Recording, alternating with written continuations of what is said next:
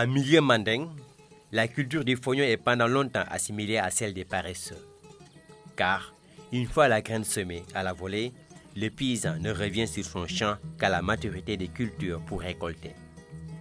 Les premières études menées ont révélé que l'itinéraire technique était très rudimentaire. Encore pire, les rendements à l'hectare trop faibles, entre 400 et 500 kg.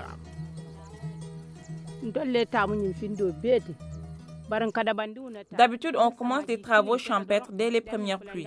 Nous utilisons des moyens vraiment rudimentaires. Nous mettons 50 kg de semences pour 1 hectare. Mais il faut reconnaître que le rendement est trop faible.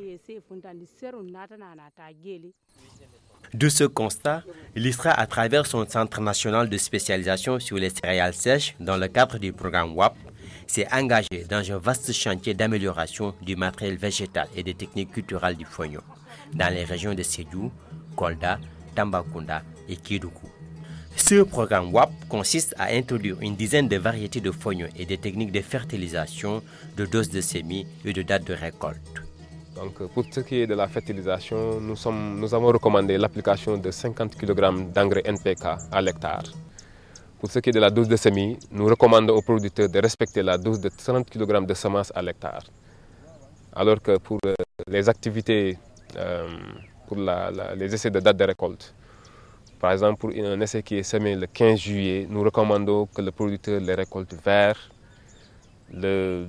autour du 10 octobre. Parce que les résultats nous ont montré que quand on laisse le fognon pendant très longtemps dans la parcelle, nous notons des pertes de l'ordre de 50% de rendement. Son originalité se trouve dans sa démarche, c'est-à-dire trouver le paysan dans son propre champ, lui prouver qu'il est possible d'améliorer son rendement. Il suffit tout simplement de développer de nouvelles techniques culturelles du fonio, appelées les bonnes pratiques. Là, on a amené ces variétés en milieu paysan pour qu'ils puissent voir et choisir en comparaison de leurs variétés locales, donc la variété qu'elles cultivent d'habitude de voir, la variété la mieux adaptée à leur zone et la mieux appréciée pour pouvoir faire un choix. À partir des tests qu'on a fait en station, on a pu les conseiller à une dose, donc à une quantité de 30 kg à l'hectare. Ça suffit largement pour pouvoir emblaver l'hectare et avoir un bon rendement.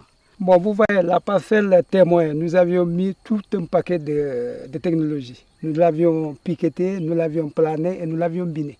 Et en milieu paysan, s'il sème, c'est terminé. Ils ne reviennent qu'à la récolte. Mais on le pousse au moins à biner, ne serait-ce que 2 fois. C'est déjà important. C'est à cause de ça qu'on est venu s'implanter au milieu de leur parcelle. Actuellement, on parle de 400 à 500 kilos par hectare. Alors là, ce n'est pas le rendement normal. Alors, d'après ce que nous attendons, avoir peut-être 700 à 800 kilos à l'hectare. Pour une première expérience, Samba Diallo, producteur de fonio réputé dans le Fouladou, en tire déjà les dividendes. Pour lui, l'introduction de nouvelles variétés du fonio et l'application des bonnes pratiques culturelles lui font espérer avoir un bon rendement. Nous apprécions vraiment ces bonnes pratiques culturelles. Nous mesurons l'apport des fertilisants dans la culture du fonio. C'est clair que l'engrais est utile au développement des cultures. La différence entre les parcelles fertilisées et celles où on n'a pas mis d'engrais est visible. En tout cas, nous espérons cette année de très bons rendements. Pour accompagner ce projet, l'ISRA s'est lancé dans un programme de recherche dans les stations. La valorisation de ces bonnes pratiques passe forcément par la formation des producteurs. Oui, on a vu les différents modes de semis. En plus, le moment où il faut récolter, surtout. Avant, on attendait jusqu'à ce que les fognons séchaient. On ne récoltait rien presque. Mais avec cette formation, l'année passée, on a vu qu'il faut récolter un peu tôt. Si le fognon commence à jaunir, il faut commencer à récolter. Nous avons d'abord formé des formateurs dans toute la zone de production du fonio, à savoir la région de Sédhiou, la région de Kolda, la région de Tambacounda et la région de Kédougou.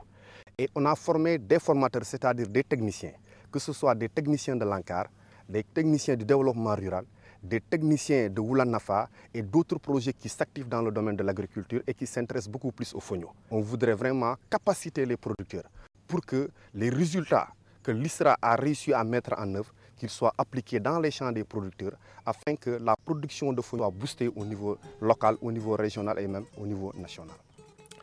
La finalité du programme WAP du CERAS, le Centre national de spécialisation sur les céréales sèches, est de relancer la culture du fonio dans les zones de production.